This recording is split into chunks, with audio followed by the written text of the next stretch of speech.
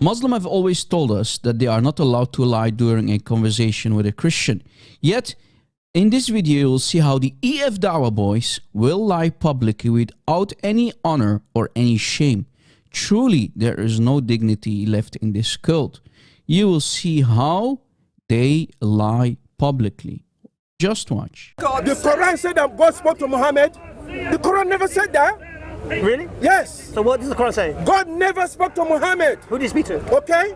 Because how do you understand what Isra the wa Quran Miraj? says, Okay. what the Quran says is that an angel gave it to Muhammad. What about when the Quran speaks about But Isra? it's not God. So what happens in Isra Okay? wa Miraj? So, do you know what Isra wa Miraj is?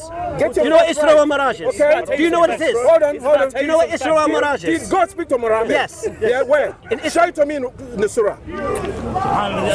Where's the Quran? Is anyone got the Quran with them? Isra wa Miraj. Find it for me, please. So we're going to show my man here now where Muhammad spoke to Allah. As you see, the Muslim debater from the EF Dawah boys, he called Hamza, the guy with the red beard, is asking his Muslim friends to find him the verse from the Quran, which he is basically referring to is chapter 17, ayah 1 from the Quran. But what this lying and deceiving Muslim with the funny red beard and his Muslim friends who are helping him to find the verse in the Quran did not tell the Christian apologists that only and only the Isra part is mentioned in the Quran and certainly not Al-Mi'raj. Yet the Muslim debater needs to lie publicly to prove his point.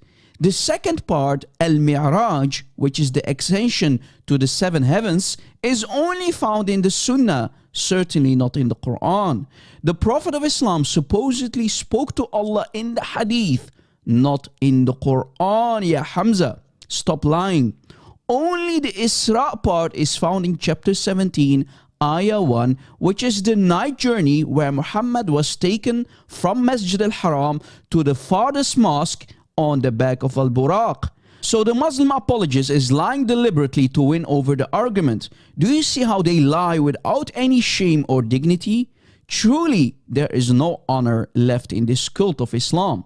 And no Muslim dare to step in to correct the lie of the Muslim debater who is publicly lying and deceiving. Yeah, Hamza, you have no honor, no dignity, or any shame in you. Didn't Muhammad, your prophet, in many Sahih Hadith say, whoever tells a lie against me intentionally, then let him occupy his seat in hellfire? Do you see how this Hamza from EF Dawah will burn in hellfire according to his prophet for eternity? Calling his own prophet Muhammad and Allah both liars just to win over a debate? This is what Muslims are allowed to do? Well, this is your janazah, your funeral, ya Muslimin. Why are you following such liars and deceivers like Hamza or the EF Dawah boys? Furthermore, the story of Al-Isra and Al-Mi'raj, as mentioned in the Islamic books, has major issues with any historical evidence. The Islamic sources created huge historical errors, and here is why, my friends. First of all, Muhammad never went to Jerusalem to begin with, and here is the proof.